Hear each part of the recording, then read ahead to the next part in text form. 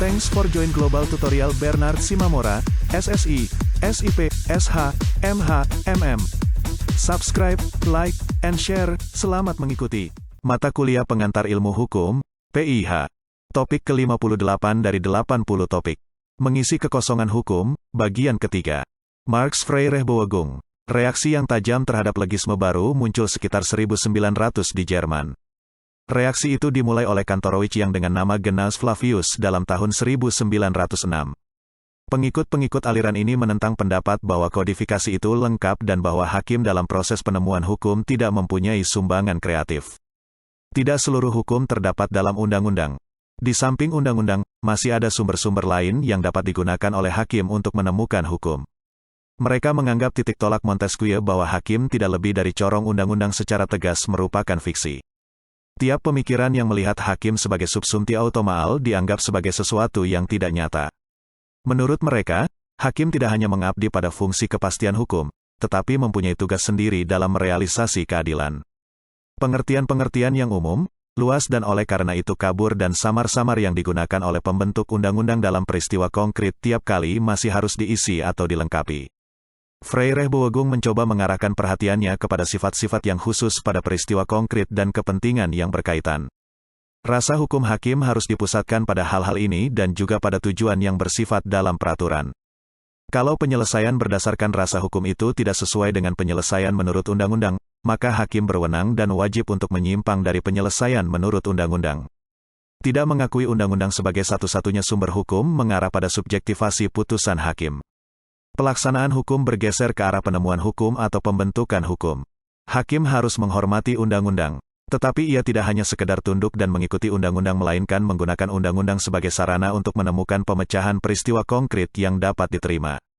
Dapat diterima karena pemecahan yang diketemukan dapat menjadi pedoman bagi peristiwa konkret serupa lainnya. Di sini hakim tidak berperan sebagai penafsir undang-undang, tetapi sebagai pencipta hukum.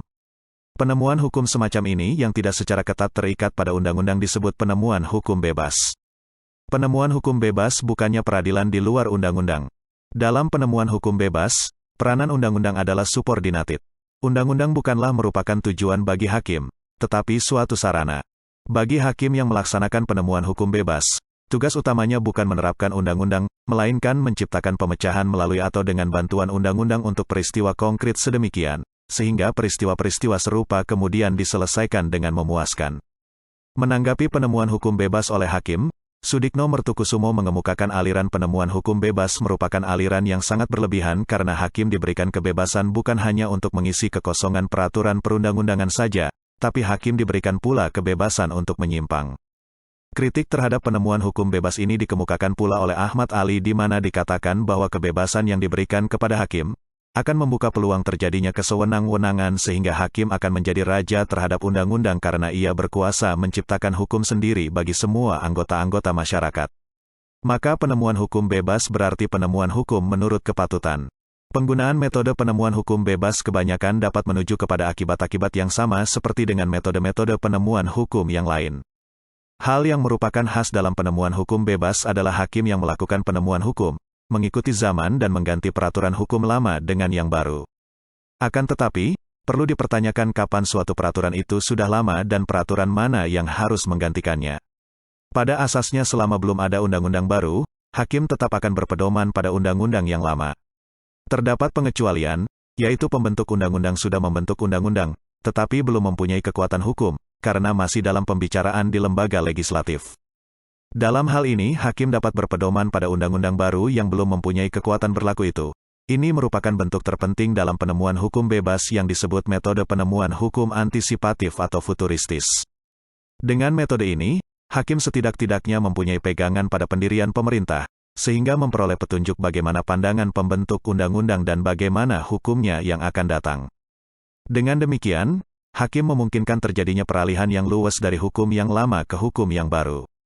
Hendaknya disadari bahwa Freirehbowegung ini tidak hendak memberi fungsi yang bersifat menciptakan hukum yang otonom kepada hakim, tetapi hendak menyadarkan hakim kepada kenyataan bahwa ia dalam aktivitasnya tidak dapat menghindari mengikut sertakan unsur penilaian subjektif. Pendapat subjektif hakim ini tidak seindividual seperti yang digambarkan oleh lawan Freirehbowegung. Hakim dibesarkan dalam suasana sistem hukum yang diterapkannya, kecuali itu ia mengenai peraturan hukumnya. Oleh karena itu putusannya sebagian besar ditetapkan oleh peraturan hukum tertulis yang berlaku dan asas-asas hukum yang berlaku umum. Selanjutnya, Freire Bowegung berpendapat bahwa hakim terikat pada batas-batas yang dapat dijabarkan dari sistem ini, menuju pada pemecahan masalah yang mendasarkan pada sistem, atau problem-oriented.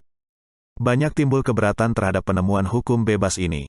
Keberatan yang terpenting adalah tidak adanya pendekatan yang metodis. Kritik terhadap Freire Bowegung dapat dipahami karena kurangnya perhatian pada metode yang harus digunakan dalam merealisasi pendiriannya. Pembentuk undang-undang, dalam hal ini lembaga legislatif, ternyata juga memberikan kebebasan kepada hakim dalam derajat yang cukup tinggi untuk menerjemahkannya lebih lanjut ke dalam kasus. Dalam menjalankan kekuasaannya di bidang peradilan misalnya, Pasal 5 Ayat 1 Undang-Undang Nomor 48 Tahun 2009 tentang Kekuasaan Kehakiman memerintahkan agar hakim dan hakim konstitusi wajib menggali, mengikuti, dan memahami nilai-nilai hukum dan rasa keadilan yang hidup dalam masyarakat. Ketentuan ini jelas sekali memberikan keleluasaan dan kebebasan terhadap hakim untuk tidak terpancang hanya pada rumusan-rumusan formal undang-undang. Ketentuan ini juga mengingatkan pada pandangan yang mengemukakan, agar hakim jangan hanya berfungsi sebagai spreyak buis, atau corong, undang-undang saja, atau kata Montesquieu yaitu, la loi de la loi. Dalam teori hukum, keseluruhan pandangan yang merumuskan secara eksplisit kebebasan hakim untuk menetapkan putusannya dinamakan Vrijheidsbewegung, atau gerakan hukum bebas. Aliran pemikiran ini menolak pandangan sempit tentang proses penemuan hukum, mengakui sumbangan, kontribusi, atau masukan dari hakim yang menilai, disebut juga waarderende inbreng, ke dalam proses tersebut dan memperjuangkan pengakuan terhadap kedudukan mandiri dari peradilan berhadapan dengan undang-undang dan sistem hukum. Aliran Vrijheidsbewegung ini banyak mendapat kritik, karena terlalu memberi kebebasan yang teramat besar kepada hakim dalam mengambil keputusan, sehingga dapat mengakibatkan ketidakpastian hukum dan membuka kemungkinan, atau peluang, bagi subjektivitas hakim serta menimbulkan persoalan tentang legitimasi. Di samping itu, aliran pemikiran hukum bebas ini tidak didukung oleh suatu wawasan metodologikal yang memadai. Dengan cara bagaimanakah hakim harus menilai dan menimbang-nimbang berbagai kepentingan yang berhasil diungkap yang satu terhadap yang lainnya, ukuran atau standar penilaian apakah yang menjadi landasan pijaknya, metode interpretasi manakah yang harus dipilih. Tanpa metode yang tegas dari teori legistik, yang berkenaan dengannya diterima bahwa metode tersebut dapat menjamin objektivitas, bebas nilai dan rasionalitas dari putusan, maka penemuan hukum itu mungkin saja terjerumus ke dalam kesewenang-wenangan hakim. Aliran Vrijheidslehre. Aliran ini berkembang di negara-negara Anglo-Sakson dan berpendapat bahwa hukum adalah setiap putusan peradilan, yaitu hasil dari suatu penyelesaian kasus-kasus konkret, sedang undang-undang, kebiasaan lain-lain yang sejenis dengan itu hanya merupakan unsur-unsur pembentuk hukum. Ajaran Vrijheidslehre atau hukum bebas timbul pada tahun 1840. Karena ajaran legisme dianggap tidak dapat memenuhi kebutuhan masyarakat.